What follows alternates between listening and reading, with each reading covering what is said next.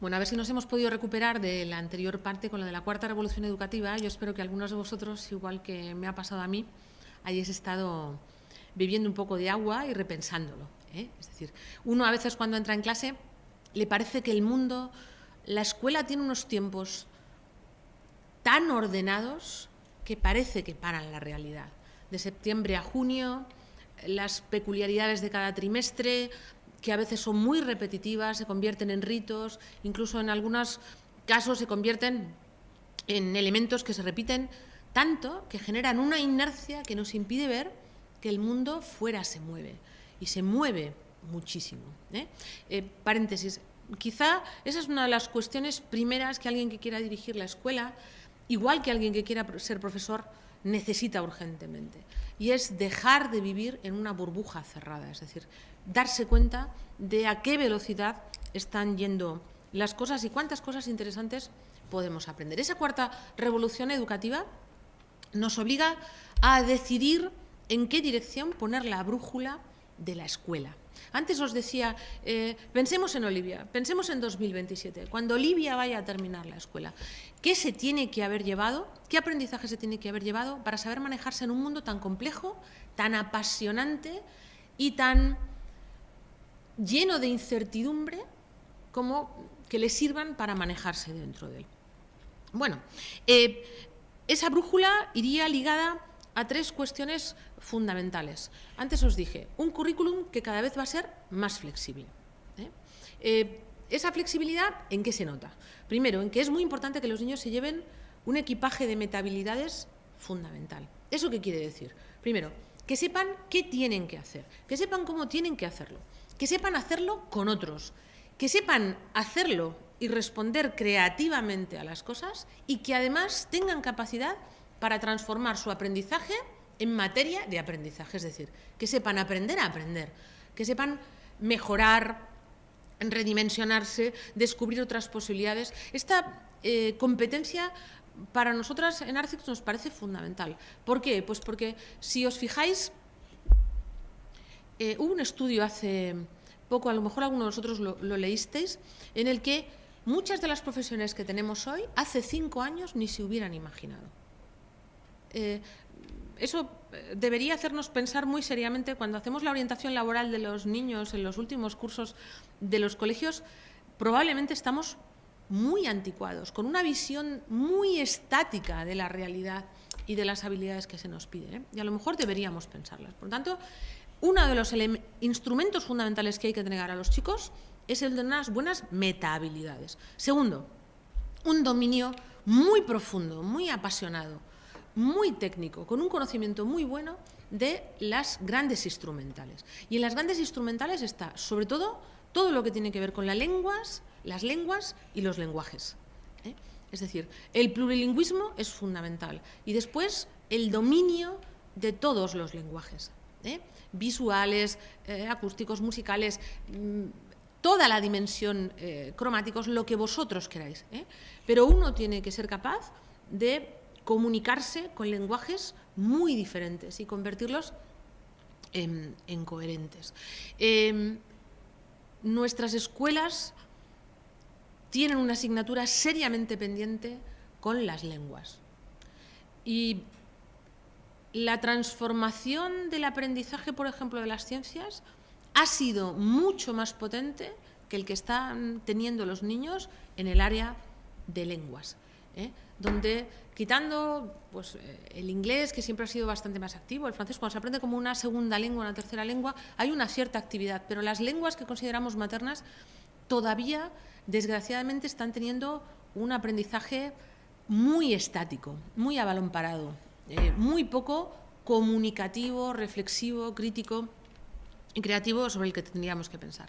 Así que, primera cuestión en el currículum flexible, las metahabilidades. Segunda cuestión, las instrumentales, sobre todo la lectura, la escritura, la oralidad, el plurilingüismo, los lenguajes. Y tercer elemento clave del nuevo currículum, el dominio de las disciplinas. ¿Qué quiero decir con eso de las disciplinas? Ya no basta con enseñar asignaturas, ya no basta con enseñar ciencias, hay que enseñar a pensar como un científico. Es decir, dominar la disciplina científica, dominar la disciplina humanística, pensar como un humanista, pensar como un artista, pensar como un músico. Esa es la cuestión. Es decir, no solo un profesor que da lecciones, sino que enseña a desarrollar un modelo de preguntas, de pensamiento, un modelo de dar respuesta, es decir, otra forma de situarse ante las cosas y convertir, desde luego, el conocimiento en una fuente de soluciones, no en una cosa estática que se aplica y que se olvida. Poner en práctica ese currículum flexible obliga a transformar el modelo metodológico. Antes lo he dicho en la parte de la cuarta revolución educativa. El protagonista en el aula no puede ser el profesor. Los profesores tenemos que trabajar mucho fuera del aula para que los alumnos trabajen mucho dentro del aula, para que dejen de ser receptores y se conviertan en investigadores, para que descubran, que hagamos un buen marketing educativo, como dice Iwan McIntosh, que descubran que el conocimiento permite generar soluciones, permite establecer una relación con la realidad mucho más rica, más interesante, más crítica, más creativa. Cambiar el modelo y el sistema de evaluación. Convertir la evaluación no en un instrumento que ayude a los profesores y a los padres, que es a los que menos tiene que ayudar. La evaluación tiene que ayudar a los niños a saber cómo aprender a aprender mejor. Y en ese modelo debemos incluir cosas mucho más interactivas, que ya están haciendo muchos profesores en muchos centros, las rúbricas, los portfolios, exámenes más interactivos de reflexión en la línea de los exámenes PISA y, por último, un modelo de organización escolar que haga todo eso posible. Con esas 4 cosas acabo de citar para todos los queridísimos directores, coordinadores de etapa, jefes de departamento, todo el personal que esté dentro de la parte directiva del colegio, acabamos de proponeros 4 líneas clave de liderazgo educativo. El currículum, la metodología de aprendizaje, el modelo de evaluación y, por último, repensar la organización escolar para hacer de todo eso un espacio viable, creíble, creativo, donde se ponga en marcha esa energía que la cuarta revolución educativa nos obliga a hacer posible a favor de nuestros niños. Ante todos esos retos que tenemos, ahora mismo hay 3 escuelas, hay 3 movimientos paralelos que están ahí en acción. Por un lado están las escuelas planas, de las que os hablaba antes, que son las escuelas en vías de extinción. Hay colegios que dentro de 5 o 10 años, e incluso ahora probablemente, ya no tendrán sentido. En el libro de directivos de escuelas inteligentes os contamos una anécdota de una sociedad que hay en Inglaterra, que es la Flat Society, que considera que la Tierra es plana. Alguien dirá, ¿eso es verdad? Pues sí, podéis entrar, os lo podéis encontrar, e incluso uno puede hacerse socio de esta asociación. Y ellos creen todavía a pie juntillas que la Tierra es plana y que, que todo el resto ha sido una invención, porque lo que nos hace ver la percepción normal es que la Tierra no se mueve, sino que es plana, y el movimiento es casi como antinatural. Pues en las escuelas planas exactamente igual. Les parece siempre, son escuelas que están muy situadas en las respuestas y en lo que ellas saben hacer, y consideran que todos los cambios son producto de modas que terminan por pasar. Son escuelas que siguen situando seriamente el problema en el mundo exterior.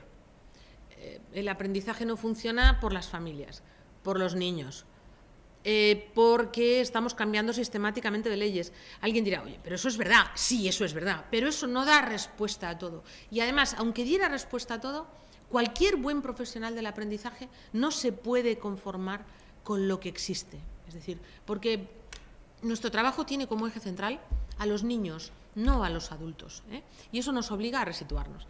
Esas escuelas planas están muy centradas en lo que saben y en lo que saben hacer, y no en lo que necesitan aprender. Y lo que piden permanentemente es que la realidad se adapte a lo que ellas conocen.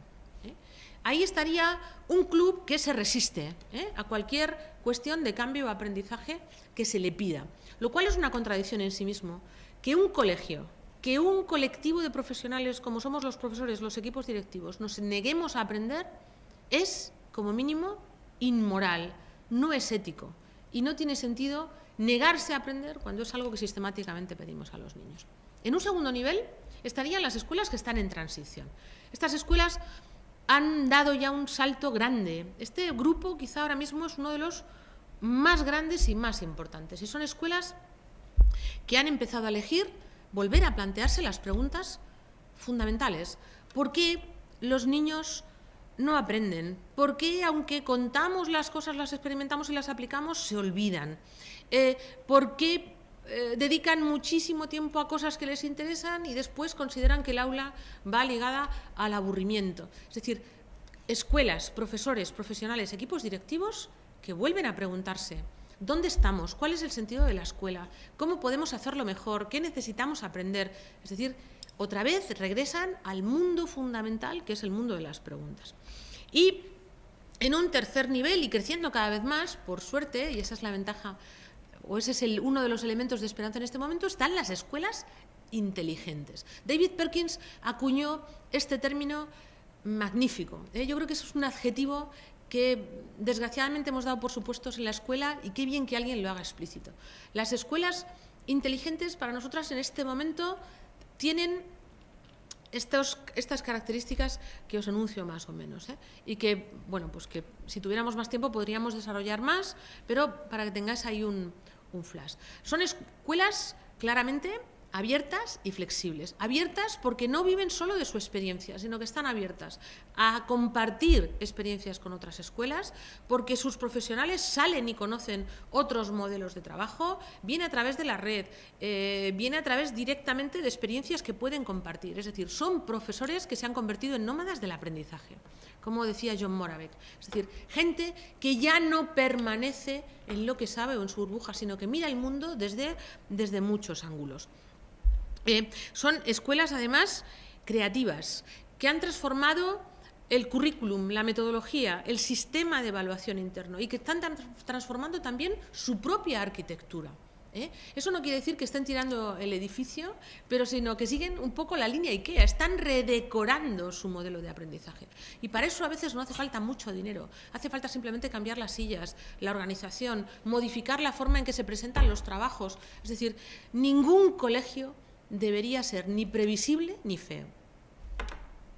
Eso es un mal marketing de aprendizaje. Son escuelas sostenibles en su modelo de trabajar en la relación con el medio ambiente, con la energía, con los materiales. Y son escuelas que se están seriamente replanteando, están redefiniendo qué significa ser profesor, qué significa ser alumno y qué significa ser padre de un niño que participa del proyecto de aprendizaje de un colegio. La pregunta que cierra este segundo punto es: ¿en qué fase está mi escuela? No como diagnóstico, ¿en qué fase está mi colegio? Si eres alguien del equipo directivo que estás al otro lado de este momento, esta parte es muy importante.